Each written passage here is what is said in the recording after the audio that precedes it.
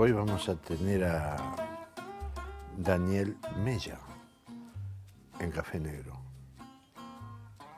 Daniel es un escritor muy joven y que empezó como a escribir muy joven también, al punto de que hace unos 15 años atrás fue calificado como la gran promesa de la literatura uruguaya. La sustancia de esa sorpresa estaba en la dureza de su lenguaje. Un lenguaje que fue calificado hasta de cruel y al mismo tiempo riquísimo.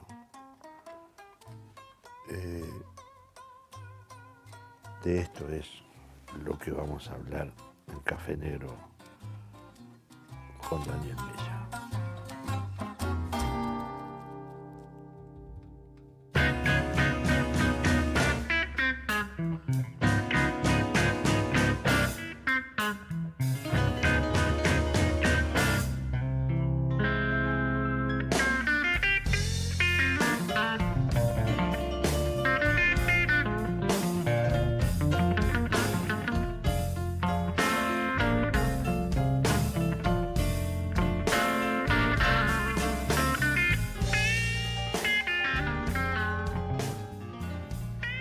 Daniel Mella, bienvenido al Café Negro. Gracias, Mario. Un placer. Gracias un por la placer. invitación. Porque, como dicen las tías viejas, ¿viste? Porque yo te he seguido, mijo, ¿eh? Gracias por eso. Es increíble cómo en una década, podríamos decir, ¿no? Con interrupciones, te hiciste un acervo propio de creación que ya es irreversible, ya está afincado en el mundo creativo nuestro y diría, bueno, también en España, ¿no? Es verdad.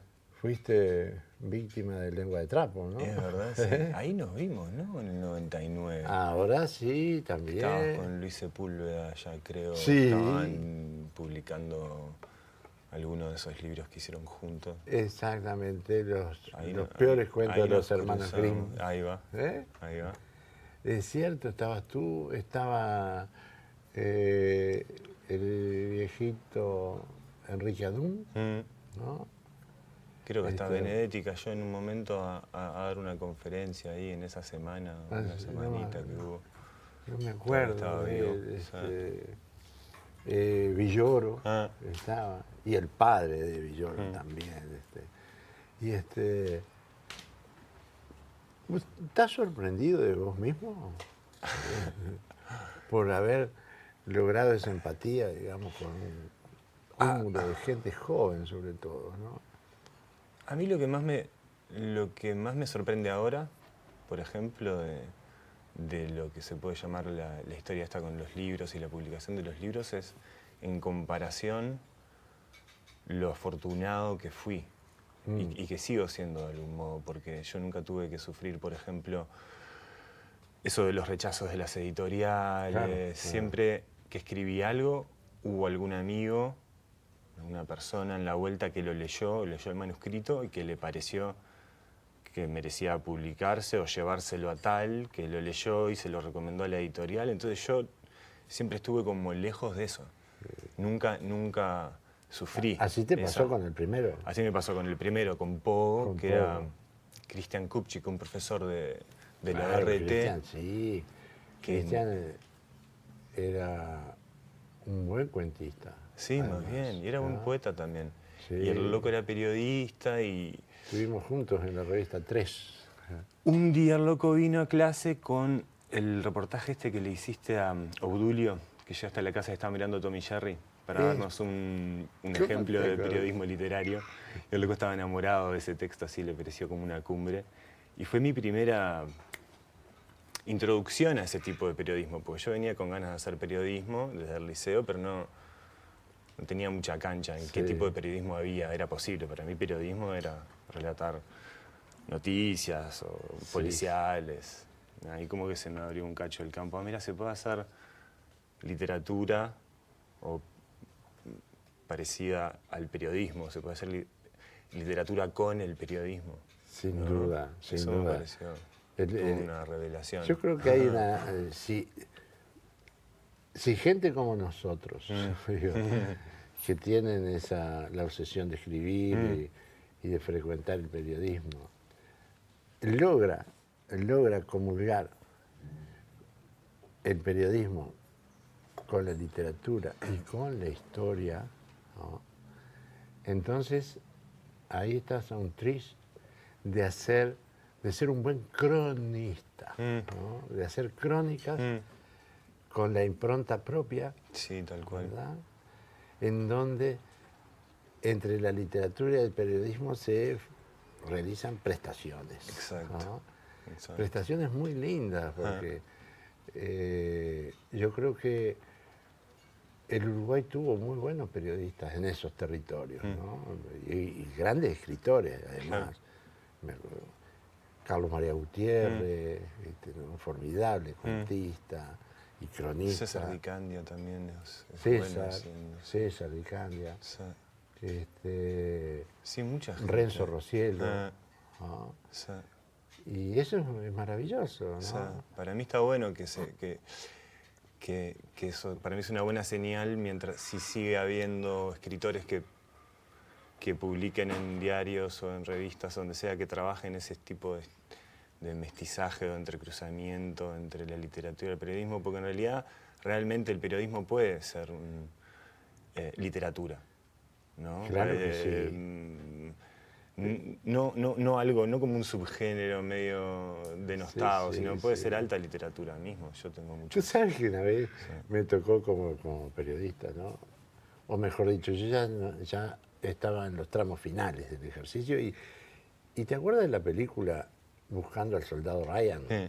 Bueno, un compañero de trabajo me dijo, ¿vos sabés que acá en Montevideo hay un tipo que fue paracaidista en Normandía y su hermano desapareció? Quintana de apellido, y era un alto jerarca de la Texaco, ¿no? ¿Un uruguayo? Sí. No. Entonces, qué lindo hacer un reportaje, ¿no? Mirá que es muy interesante, me decía, el tipo es muy interesante. Y fui. Me atiende con su mujer y le digo, usted estuvo en Normandía, ¿no? No. ¿Cómo? ¿Pero usted es paracaidista? No, realmente no. Pero perdón, no perdí un hermano en Normandía. No, el único hermano que tengo murió en un ataque al corazón en una estación de servicio en Houston, en Texas. Así que no estuvo en la Segunda Guerra Mundial. Bueno, sí estuve en el cuerpo de paracaidista, pero yo enrollaba los paracaídas de los compañeros que se iban a tirar, ¿no? En una palabra. Nada, me saliera el anti-reportaje. ¿No hiciste ese reportaje? No pude. Dice, sobre el tipo que enrollaba los paracaídas. Contale, viejo, le decía la mujer, contale, viejo, de tu enfrentamiento con los japoneses. ¿Se enfrentó a los japoneses? Digo, sí, me dice, yo estuve en Filipinas. Bueno, fue no sabe qué momento. Yo estaba enrollando los paracaídas y vio cómo son las casas en Filipinas, que son sobre pilotes de madera. Yo vi venir un batallón de japoneses y mi fusil estaba a 3 metros de distancia. Dice, no sabe qué momento. Y de pronto aparecen todos los japoneses con las manos en alto y 2 americanos que los tenían atrás. Eran todos prisioneros, ¿viste? ¡Qué viaje! Nunca escribí ese reportaje y siempre me quedó que podía ser un formidable cuento. Claro, claro, es que lo es, está buenísimo. Ahora te digo, tu mundo creativo ha sido calificado como cruel. Sí, es verdad. Como Es cruel. verdad. Para que haya sido calificado, tú tenés que mostrar algunos elementos que permitan calificarlo, ¿no? Entonces, yo creo que la vida de cada uno de nosotros opera como una fuente de creación. Sí, sí, para mí lo es. En tu caso, Sí, para mí lo es. Para mí es fundamental mi vida. Por lo general, trabajo con cosas que siento que son memoria o recuerdos. Hay cosas que las tengo muy claras porque veo de dónde surgen de algo que pasa o de algo que alguien dice. Pero sí en parte es como trabajar. sos un observador de los otros. Yo creo que sí. No me pongo a pensar a ver cómo describiría el pelo de este señor o tal cosa, pero sí me pasa que observo y que me quedan como cosas que me impactan mucho. Estoy atento. Me pasa que a veces siento como que para mí escribir a veces es lidiar como con materiales, un poco como lidiar con los muertos, ¿no? Un poco como lidiar con voces del pasado, con fantasmas, con cosas que quedaron. Capaz que es una manera que yo tengo la de escribir, de terminar de procesar, terminar de ver, ¿no? No sé, terminar de experimentar, completar la experiencia. Dame un ejemplo de, No. de este vínculo con los muertos. Y te doy un ejemplo.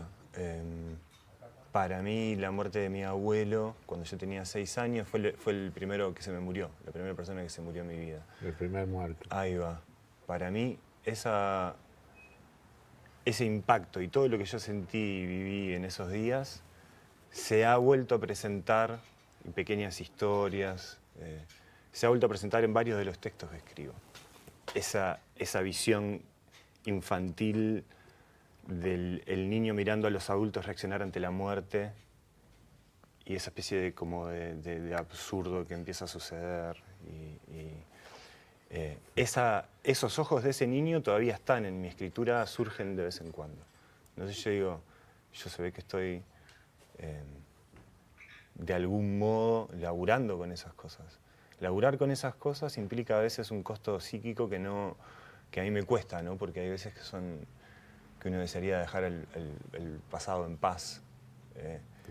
Pero si el pasado está presente y está pidiendo que lo hagas presente y lo vuelvas literatura, entonces hay que hacerlo. Que lo reinterpretes. Claro, entonces... Que lo reinterpretes. A veces pensaba también eso, ¿no? Como... por un momento miraba lo que había escrito o le tenía la reacción de la gente que me decía, está fuerte, o qué deprimente, o no sé. Me preguntaban si tenía hijos porque de repente hay niños en situaciones extrañas. Yo pensaba, ¿será que quiero provocar esto? ¿Será que quiero hacer que la gente se sienta un poco mal? Capaz que no quiero hacer que la gente se sienta divino con mis textos, pero me costó reconciliarme con eso un cacho, ¿no? Como decir, capaz que realmente no, uno tiene como una imagen de crear un objeto bello y disfrutable y edificante en algún sentido. Claro, no sé, claro. Con moraleja. Con moraleja, Sí, claro. No. Yo no sé si leíste alguna vez a Haroldo Conti, No. escritor argentino, que tiene un gran cuentista, Haroldo Conti, ¿no? Desaparecido de la dictadura argentina, que tiene un cuento que se llama Con otra gente, y es un niño que se sube al techo de la casa y el techo tiene un agujerito. Y él no se da cuenta, el niño, de que no es lo mismo estar sentado en la cocina, o en el comedor, o en el dormitorio, con su gente, que ver a su gente desde arriba, sin que ellos sepan que él los estaba mirando. Y ver cómo de pronto discuten, se llevan mal, ¿no? Los olores, no son lo mismo los olores ya casi enfriados en la barriga que los olores de la cocina, ¿no? Y entonces su gente se le hacía otra gente, ¿no? Un cuento maravilloso que tiene que ver con esa perspectiva que me estás diciendo del modo, ¿no? Porque para mí lo familiar, yo tengo una familia grande Y para mí fue como era como el teatro fundamental para mí, ¿no? De observación. ¿Qué Yo papel creo que fue jugaba un la momento religión ahí? importante, muy importante. Importante. Yo nací dentro de la iglesia mormona. Entonces había como, teníamos, no sé, los domingos íbamos a la iglesia, teníamos mandamientos que seguir y cosas que no se puede hacer, ¿Tu papá era cosas que sí, mi viejo, mi vieja, mis tíos, mis abuelos. ¿Cómo se produjo esa conversión de ellos? Es medio ¿Eran confuso, pero mis uruguayos abuelos todos? ya eran, sí, mis abuelos ya como que se habían hecho mormones en un momento y mis padres, cuando mis padres eran adolescentes, después mis padres zafaron un rato y después cuando se conocieron volvieron a la iglesia. Creo que les daba un encuadre para el proyecto de la pareja, de la familia, una manera un poco más segura o más tranquilizadora de llevar a cabo algo que es un proyecto que además va más allá de la muerte, o sea, se proyecta a la eternidad. Entonces yo un poco eso lo sentía en mí. Yo tuve como instancias obviamente, de ser muy creyente en eso, porque uno crece dentro de eso y hace como, tiene el gesto de creerlo durante un tiempo, pero después un rato se empiezan a caer esas fachadas, ¿no? Es lo que te iba a cosas. decir. Sobre todo en Derretimiento, me pareció, lo que puede llegar a incomodar, a inquietar al lector o a la lectora, ¿no? Porque son sensibilidades distintas ahí, es esa disección cruda, ¿no? De determinados sentimientos y situaciones límites, ¿no? Que son como desarticuladas, desestructuradas.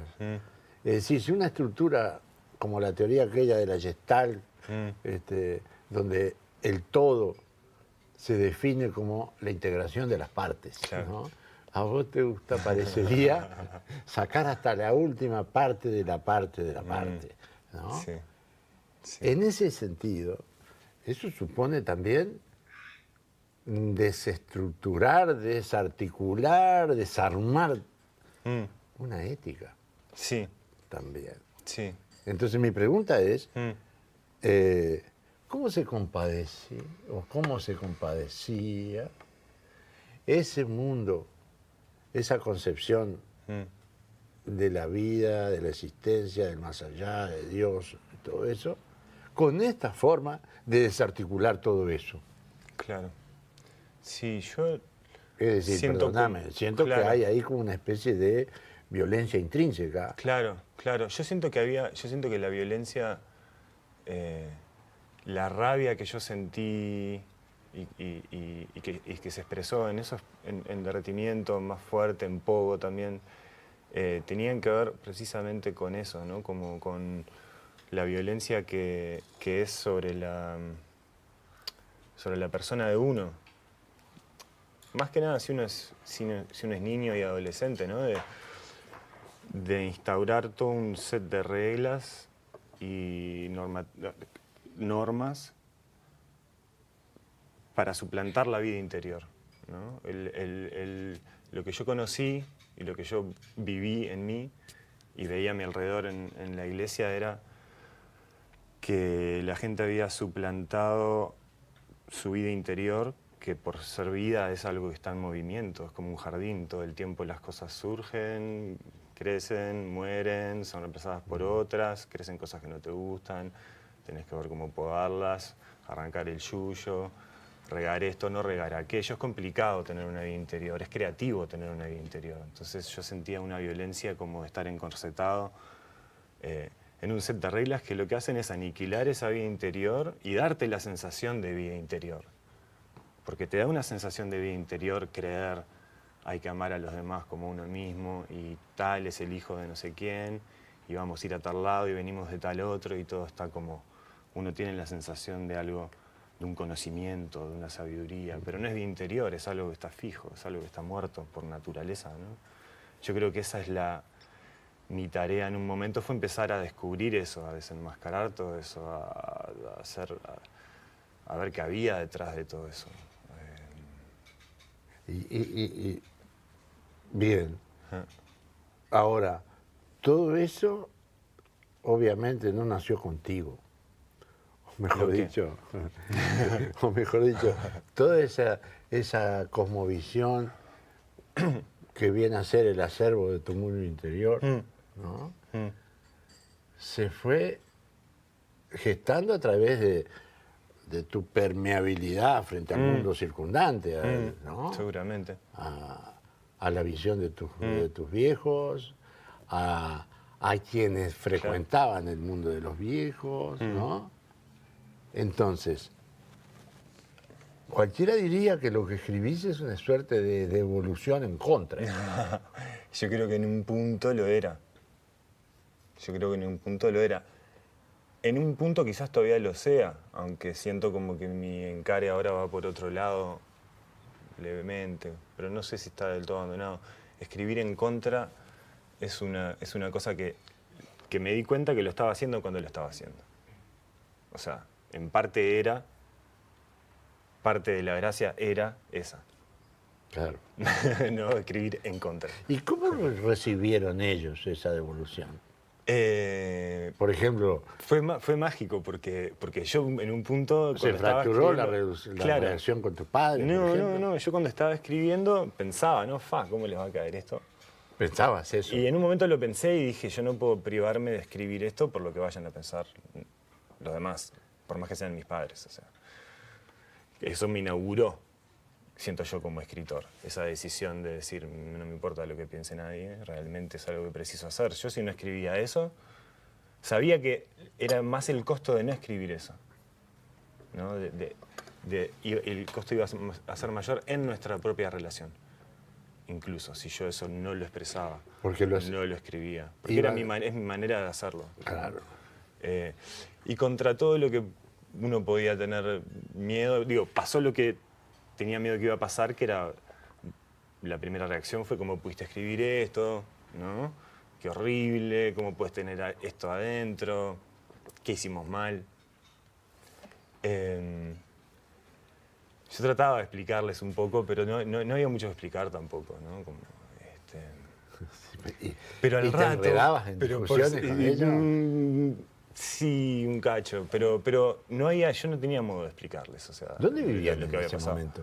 En Shangri-La. En Shangri-La. En Shangri-La. Pero después al toque empezaron a salir buenas reseñas de los libros. Ajá. Y eso... niveló un poco la relación. Porque si nadie hubiera dicho que estaba bueno, yo creo que la relación nuestra se hubiera ido al carajo.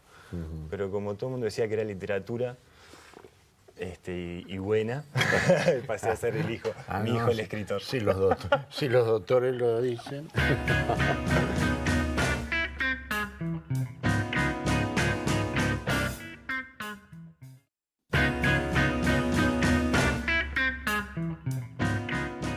¿Cómo fue la relación de Yo creo tu que madre? Creo que fue la más afectada en ese sentido. Porque la figura de la madre está como bastante tratada en esos libros como bastante mal, ¿no? Pero creo que en un punto, yo lo siento con mis hijas, por ejemplo, ¿no? Yo en un punto cuando estaba viniendo mi primera hija, todavía estaba adentro del vientre de su madre, sentí como que había una exigencia de parte de ella de que yo fuera lo más honesto posible conmigo mismo, de que yo fuera lo más yo mismo posible. Cuanto más genuino yo fuera, más trabajo le iba a ahorrar a mi hija de andar desenmascarándome luego. Eso encerraba algunos riesgos, ¿no? Encierra varios riesgos, pero yo prefiero...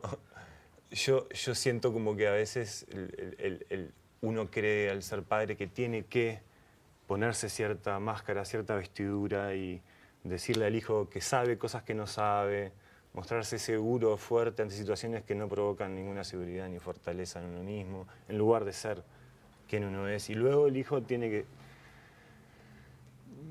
años y años tratando de sacarle la máscara a mamá, papá, ¿no? Sí, Porque está bien con que seas quien sos. O sea, sí. no tenés por qué Y ser esa es la razón, otra cosa. la razón clásica, grecolatina, Claro. de los parricidios. Creo que es eso el parricidio, es un desenmascarar más que nada, ¿no? Exactamente, Capaz. exactamente. Incluso hay, así como hay genocidios, ¿no? Hay parricidios colectivos, ¿no? Es decir, generacionales, ¿no? Claro. ¿Verdad? Claro. Capaz que no es este el término exacto, la expresión exacta, pero por ahí va. Sí, las generaciones, es todo como una... ¿Qué Una escritores guerra, sí. leíste por esos días? Por allá, por los 18, 19, Sí. estaba leyendo... Me gustaba mucho Bret Easton Ellis, que es un Los Confidentes, americano. Sí, American Psycho. American Más que nada. Psycho. American Psycho y Menos que Cero eran los que más me gustaban. Sí. Los que más me gustan hasta el día de hoy. Él gustaba mucho de John Fante. Ah, no lo leí, pero sabía que Easton Ellis era fanático. Es verdad. Sí. John Fante influyó mucho en él. Sí. También en Bukowski. Bukowski. Pero Uno que me John Fante era pareció- más, ¿cómo te voy a decir? Más simple en el sentido de lo profundo, Claro. ¿no? De lo sustancial, ¿no? Claro. Y aparte tenía una visión muy, a ver cómo te diría, no cínica, pero sí prescindente a veces de enfrentar la realidad, ¿no? Es más, si mal no recuerdo, Easton Ellis lo usa de epígrafe, una reflexión de Fante que dice: estoy sentado en la cama de esta maldita pensión, estoy pasando por una de las noches más importantes de mi vida porque tengo que decidir algo. Me acabo de encontrar con la dueña de la pensión y me dice: o paga o se va. Y eso me lo dijo con un papelito que lo dejó por debajo de la puerta. Es decir, tuve que tomar una de las decisiones más importantes de mi vida cuando estaba sentado en la cama. Entonces decidí resolverlo. Me metí en la cama y apagué la luz. Perfecto. Gran decisión. ¿Eh? Dicen que es lo mejor, irse a dormir. Eso me pareció maravilloso. Sí, es una buena receta. Yo la aplico, yo la escuché esa historia y la aplico al día de hoy. ¿Ah, sí? Sí, más bien. Sí, me voy a dormir. En realidad no te vas a dormir, te vas a soñar. Te vas a soñar. Tendrías que planteártelo así como. Exactamente. Bueno, me voy a soñar. Que se encargue. Y tú sabes que yo creo, me tendría que revisar unas cuantas cosillas, pero creo que antes que ellos, que Fante y que Eli, en esos territorios, mirá vos, hasta evangelista creo que era, Ergin Caldwell, Mira. de una novela que se llamaba La Chacrita de Dios. ¿no? La chacrita de... Y estaba toda la podredumbre humana de un pequeño pueblito del sur de los Estados Unidos, cargado de maldad, de prejuicio, una sexualidad perturbada, ¿viste, no? Que estaba en el extremo, digamos, de la pobreza, ¿no? En el extremo de la riqueza está Easton Ellis, claro. ¿no? Con los... Sí. Otro tipo que me partió la cabeza por esa época fue Kosinski, del Pájaro Pintado. El Pájaro Pintado. Leí El Pájaro Pintado y me voló. Y ese desde fue el jardín, y Pasos. Más que nada tenía yo El Pájaro Pintado, que fue como una cosa de leerlo y decir... Me lo dio un amigo, además. La primera noche que... el primer día que lo conozco, que Álvaro, un amigo, me dijo: vos andá a conocer a Ricardo, que se van a llevar bárbaro. Fui a conocer a Ricardo. Ricardo tenía una disquería y una librería. ¿En dónde era eso? Enfrente al Ombú, Atlantis se llamaba, Ricardo Henry. Esa noche fuimos a tomar uno, no sé qué, a la vuelta en el taxi, él me dice: pará, no te vayas. Yo me iba a ir a la parada de ómnibus a tomarme el ómnibus hasta allá, hasta la ciudad de la costa. Luego me dice: pará un rato que te voy a traer algo. Viene y me trae El Pájaro Pintado. Me dice: toma, te lo presto. Además, me lo fui leyendo en el ómnibus y yo sentía como que cada página que leía me cambiaba la vida, así. Sí, Me daba sí, sí, sí. Decía, a mí me dio una sensación además como de cómo me gustaría haber escrito este libro. O sea, Sí, sí, si este sí. loco no lo hubiera escrito, lo habría escrito yo, ¿no? Como una especie de no sé qué se desató ahí. Pero ese fue un loco que encontré que dije, ta, mirá. Sí, caramba, Mirá. desde el jardín es otra, donde está Una belleza. ese desdoblamiento, producto de un mundo que te obliga a desdoblarte, ¿no? En particular por la masificación de la comunicación. Sí, tal ¿no? cual. Él viviendo el universo, el mundo, el planeta, la ciudad, a través de lo informativo, de la televisión, ¿no? Sí, impresionante, ¿no? Sí, está salado. Y Sí. yo creo que eso no es patrimonio de ellos solo, ¿no? Toda ciudad que tenga más allá de 10.000 habitantes creo que corre esos riesgos, ¿no? Yo creo que sí. Una de las cosas que le Shangri-La preguntaba... se vivió de fuente. Abundante, para mí Shangri-La, toda esa parte de mi infancia. Yo viví toda mi infancia ahí, ¿no? Y mi adolescencia. Y es raro porque para mí es un territorio, yo sí pienso eso, casi todas mis historias naturalmente se encajan ahí. Casi todo lo que escribo se encaja en ese paisaje. Y es un paisaje que es ¿Cómo le llamas a ese paisaje? que es raro porque, por ejemplo, yo conozco el nombre de la calle, solo conozco el nombre de las calles que tuve que usar para ir a algún lado, porque no está señalizado nada, las calles no tienen nombres. La vida tampoco. Uno se las aprende, claro, uno se las aprende porque te dicen, esa es la calle Venezuela. A mí hasta el día de hoy me preguntan cuál es la calle Venezuela, que sé que es una de las paralelas a la calle de mis viejos, pero no sé cuál de las dos es. Porque si no las usás en el sur de la costa, no las precisás vos. Sí, sí, Das sí. instrucciones de otra manera. Lindo Siempre título estás. ese, ¿eh? Las calles de mis viejos. Las calles de mis viejos, está bueno. Está bueno. Sí, es un lugar hermoso. Es un lugar verdaderamente hermoso. Sí, Y sí. tiene como eso onírico de que realmente no. Las calles. ¿Sabes por qué te lo pregunto? Porque de algún modo, y es algo que es fascinante en lo que haces, realmente fascinante, no está claro ese legendario, y digo legendario porque son leyendas del determinismo, el determinismo geográfico, ¿no?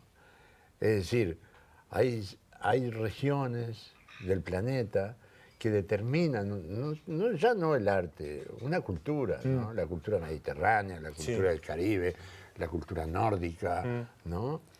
Y de ahí salen los alegres, salen los tristes, salen los suicidas, salen, ¿no? Es verdad. Si alguno de esos hubiese tenido la suerte de sacarlo de las afueras de Estocolmo y llevarlo al Egeo, se salvaba, ¿no? Sí. O algo así, Sí. ¿no? Entonces, mi pregunta es, ¿en qué medida determina tu mundo creativo, por ejemplo, las inmediaciones del mar, por ejemplo? Sí, En un país donde no tenemos cultura del mar. lo determina absolutamente. Me lo hizo ver un conocido hace un tiempo, eso de la playa. Siempre está la playa en algún lado, ¿no? Como casi todo ocurre en el paisaje de mi infancia. Yo realmente no sé por qué es. No me interesa cambiarlo ni variarlo, ¿no? Sí. Porque realmente es un lugar interminable. O sea, yo lo siento como un lugar interminable. Siento que es un lugar que conozco muy íntimamente y que es un lugar que es un misterio para mí, porque hay millones de calles que nunca agarré en ese Que no inmenso frecuentaste. laberinto. Sí, o sea, sí, que sí, sí. que es todo ese balneario, todos esos barrios. A la misma vez yo lo experimentaba como algo que estaba, cuando yo era chico todavía no había ocurrido el éxodo de toda la gente a la ciudad de la costa. Está bien puesto Entonces, el nombre de todavía- Ciudad de la Costa, ¿eh? Claro, pero no se llamaba ni siquiera Ciudad de la Costa en aquel momento, era Shangri-La, era Solimar. Sí, sí, sí. Aquello era Solimar. ¿No? Si Claro. eras del otro lado del puente no existías, era algo así como. Sí, sí, Te sí. tomabas el bondi, el 77 rojo y empezabas a existir cuando atravesabas el puente Carrasco. Pero sí, para mí tiene, no sé. Me acuerdo cuando una vez hice un puente aéreo de regreso durante el día que el avión, no sé por qué motivo, tuvo que quedarse, que no es muy común acá en el aeropuerto de Carrasco, tuvo que quedarse como... Dando vueltas. Dando vueltas y se quedó dando vueltas por encima de mi barrio, de toda esa sí, zona. Sí. Y yo miraba y decía, pa, es el paraíso. Visto desde un avión, es el paraíso. Todas unas calles marrones de tierra, los y ahí lagos, te encontraste como Conti con otra gente, ¿no? Desde allá arriba. Muy fuerte, es un lugar verdaderamente hermoso. Y desde el cielo y desde la tierra es muy lindo también. Caminarlo de noche con un poco alumbrado, las luces todas distintas. Sí. ¿Tú te das cuenta lo que satisface de eso, de esa visión durísima tuya, porque es muy dura, es que a pesar de eso, de la dureza, de la cierta crueldad, hay una evolución. Es una visión evolutiva, evolucionada. Y la pregunta es con respecto a qué. Bueno, por ejemplo, si estamos hablando de la costa como un ámbito determinante de algo, determinante de personaje, determinante de una idiosincrasia, ¿no? ¿Con respecto a qué es una evolución? Es una evolución con respecto a la visión que de la costa tenían los intelectuales de la década del 50. ¿Qué pensaban de la costa? Que era el campo, ¿no? En realidad tenía una visión eminentemente burguesa, con todo lo que supone ser burgués, ¿no? Y en ese entonces, por ese entonces, la sociedad uruguaya, o más bien la montevideana, perdón, y si hay algo que yo discrepaba con Mario Benedetti, era aquello del país de la colepaja. Yo, que viví en el interior, jamás sentí que vivía ni de espaldas a América, ni que éramos un país afrancesado, no. Claro. Yo me sentía que a un tiro de cañón del arroyo Carrasco hacia allá empieza Latinoamérica, ¿no? Claro. Y quienes frecuentaban la costa era esa clase media uruguaya, que era la clase media más ancha del mundo. Claro. Me acuerdo hasta un sociólogo, Aldo Solari, que la clase media era clase media baja, clase media media, clase media alta. O mejor dicho, clase media alta, clase media media y clase media jodida, que era la baja, ¿no? Y ser de la clase media significaba ser bancario, ¿no? Claro. Ser maestro, Claro. tener auto, un apartamento en Montevideo y la casita en la playa, con el nombre de la casita combinada. El nombre con el... Qué espantoso. ¿No? Tereró, Roberto y Teresa, que se dio. Espantoso. Combinaciones que son aberrantes, ¿no? Salado. Esa visión. Entonces, ¿cómo se comportaban los creadores en esa época? No existía ni siquiera, capaz que... Eran cuentos de amor, literatura amorosa de la costa, fracasos amorosos, relaciones que se hacían, que duraban lo que un vidrio, como decía un paisano, ¿no? Duraban lo que un verano, ¿no? Y ahí venían todo, se trasegaba a la costa todo ese mundo contradictorio, conflictuado, aparente, de los oficinistas, ¿no? Claro. Ahí. Y se admiraba desde ahí, a aquellas literaturas que sí tenían una literatura de la costa, Es de verdad, su costa. De la costa o del suburbio, ¿Ah? sí, es verdad. ¿No? Toda esa cultura mediterránea del sur de Francia, por ejemplo, de la España andaluza, Marruecos mismo, la literatura de Argelia y de Grecia, ¿no? La contemporánea de Grecia, es así, ¿no? Sí, es verdad. Yo capaz que, mira, ahora estaba pensando como capaz que también por ahí va el cariño que le tengo a escritores como John Cheever, ¿no? Claro. Como que tratan con el suburbio, con Sí, el... sí. con Y esa eso que John especie de Cheever vida. tenía un vínculo con los Grandes Lagos, por Sí. ejemplo, ¿no? Sí. Y allá cada tanto se iba a Vancouver, ahí, Sí. que le gustaba mucho. ¿no? Sí. Es muy interesante. Sí. Y te gustan eso, porque Me encanta toda esa literatura. Me encanta todo. Lo que pasa es que literatura urbana para mí es difícil escribir, difícilmente me nacería naturalmente escribirla, porque mi experiencia, o por lo menos por ahora, porque mi experiencia de lo urbano es ya de adulto, ¿no? ¿sí? O ya más de joven, que empecé a venir a curtir la ciudad, Ah, a sentir la ciudad, ¿no? Entonces yo capaz que me tomaría un poco más de tiempo empezar a expresarme en esos términos, como de empezar a retratar el paisaje más ciudadano o el modo de vida más ciudadano, incluir esa mentalidad, no sé. ¿no? Vos empezaste a pergeñar cuentos ya a los 18, 19 años, ¿no? O tal vez antes. Y ponele que sí, yo escribía desde siempre, pero cuentos o narraciones me empezó a dar ganas ahí a los 18, 19. Claro, claro. Sí. ¿Y cómo? Es una barbaridad de tiempo esa cantidad de años que pasaste sin escribir. 10 años. ¿Por qué? Quería sentir qué se sentía no escribir, así, supongo. Una de las tantas explicaciones. Es un tema No me digas. amplio, vasto, sobre el que me he armado todo tipo de teorías, la mayoría falsas. Así que... Pero creo que sí, viste, como llegué al punto ese de... Pero ahí tenemos, no puedo evitar decirte la antítesis de eso. Recién tenemos algo en común que es no haber frecuentado el no de los editores, no llevarle ahí con la cosita bajo el brazo, ¿no? Mi sueño dorado es no escribir, no mostrar durante 10 años. Ay, qué lindo, ¿no? claro. Y estás escribiendo, sí, tengo 5 novelas inéditas, por ejemplo, ¿no? Es tan Perdón, lindo, 6. es tan lindo no escribir. Lo que pasa ¿verdad? es hermoso. Es Sí, hermoso. sí. Es hermoso escribir también. Pero no escribir Pero no escribir, está buenísimo. porque mientras no escribís, se va consolidando otras etapas de esa evolución interior, Sí. digamos, ¿no? Sí.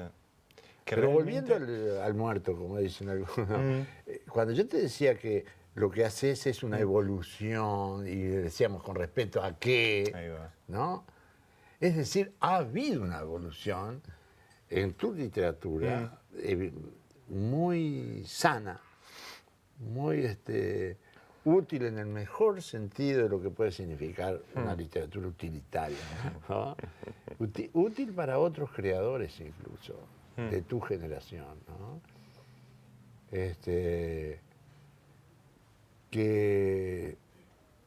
Que tú los frecuentas también, ¿no? Tenés amigos. Amigos escritores Sí. tengo, no muchos. No mucho, Pero, ¿verdad? amigos, digamos, no